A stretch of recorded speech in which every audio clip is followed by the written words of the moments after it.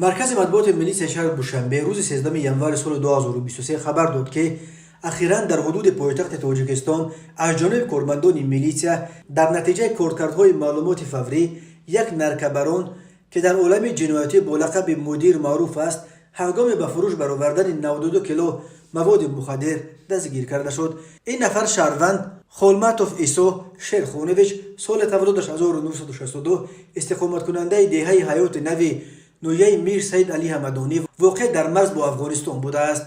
بنا به اطلاع میلیسیا مدیر همچون رهبر گروه نشعجلاب با گروه های نشعجلاب در افغانستان رابطه برقرار کرده مدت طولانی با معاملات قاچاق غیر قانونی واسطه های نشعدار مشغول بود. از جمله دفعه آخرین او از یک مسلک جنایتی خود در 4 خلطه پول و ایتیلینی واسطه های نشعدار نوی افیون را قبول نموده در باششگاه صحرایی خود در زیر خاک پنهان نموده میخواست از فروش این مقدار بزرگ مواد مخدر پول و فایده زیاد به دست بیاورد. بعد بازداشت مدیر کارمندان میلیسیا از این پنهانگاه در مجموع 92 کیلو و 100 گرم واسطه های نشعدار مصادره کردند. عین زمان نسبت خولماتوف طبق طلبات ماده 200 کادکس جنایتی جمهوری تاجیکستان پرونده جنایتی آغاز کرده شده. او در حبس پیشکی قرار دارد. به مدیر بر اساس این بند قانون تا 20 سال زندان تهدید میکند.